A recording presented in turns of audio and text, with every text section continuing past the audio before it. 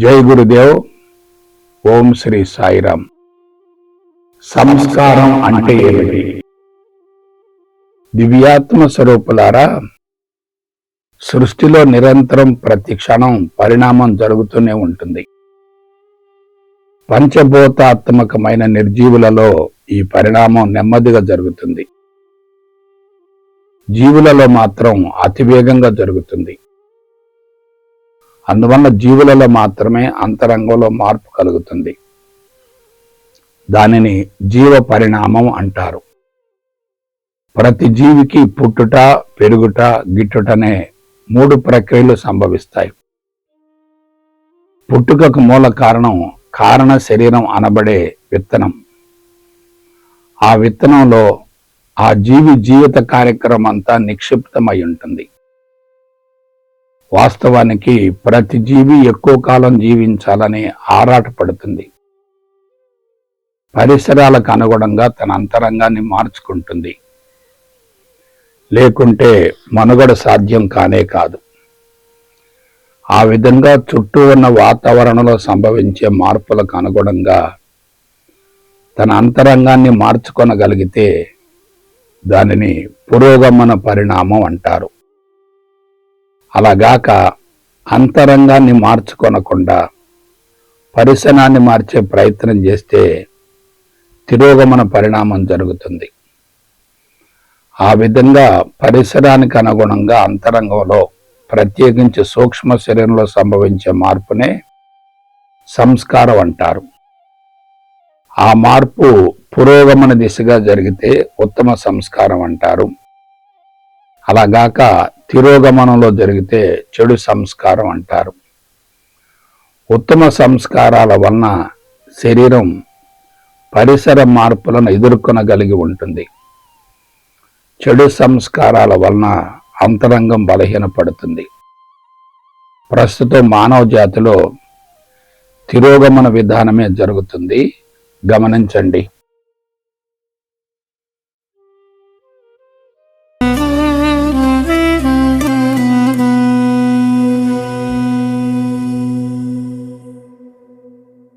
జై గురుదేవ్. ఓం శ్రీ సాయిరామ్. మందుల లేక మనోబలమా? అనంత ప్రేమ స్వరూపులారా, ప్రస్తుతం మానవ జాతిలో రుగ్మతలు సర్వసాధారణమవుతున్నాయి. రుగ్మతలు లేని మానవులు బహు అరుదని చెప్పవచ్చు. అయితే ఆ విధంగా శరీరంలో సంభవించే రుగ్మతలకు మూల కారణం ఎక్కడుంది? శరీరంలోనా, మనసులోనా? వాస్తవానికి అన్ని రుగ్మతలు మానసికమైనవే. మానసిక మట్టంలో ప్రారంభమవుతాయి, శారీరక మట్టంలో కనిపిస్తాయి. కాబట్టి మూలాలు ఎక్కడున్నాయి? శరీరంలో కానే కాదు. భౌతిక శరీరానికి అందించే చికిత్స ఏదైనా, ఎటువంటిదైనా తాత్కాలికమే. మందుల ద్వారా రుగ్మతలను తొలగించుకునే విధానం అశాస్త్రీయమైనది.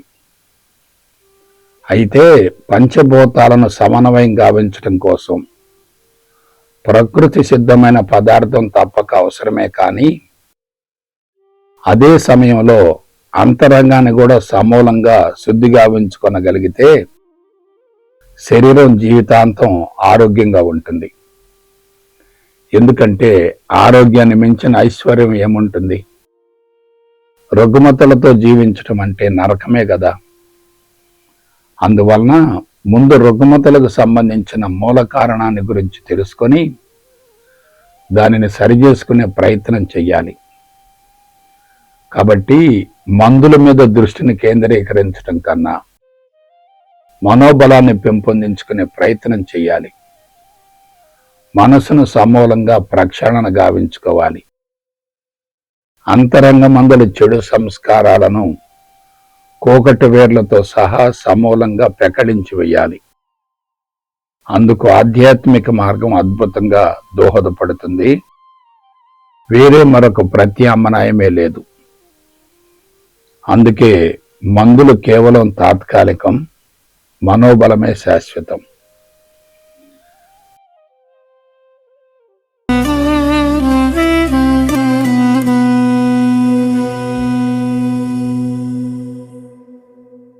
జై గురుదేవ్.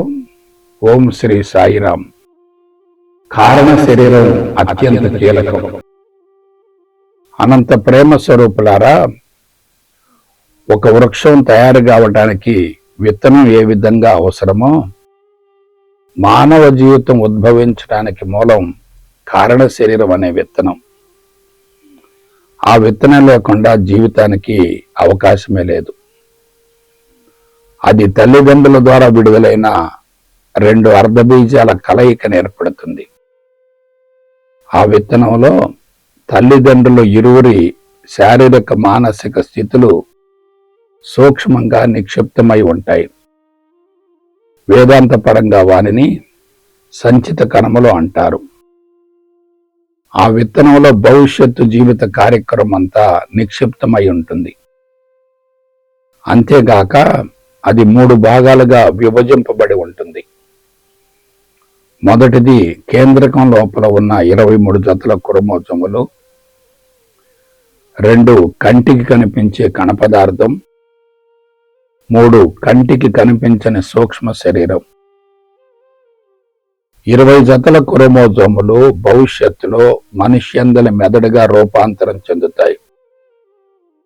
కంటికి కనిపించిన సూక్ష్మ శరీరం మెదడును నియంత్రించే మనసుగా రూపాంతరం చెందుతుంది. కణ పదార్థం అంతా శరీర అవయవాలుగా తయారవుతుంది. మెదడు ద్వారా శరీర అవయవాలన్నీ నియంత్రించబడితే మెదడు మనసుచే నియంత్రించబడుతుంది.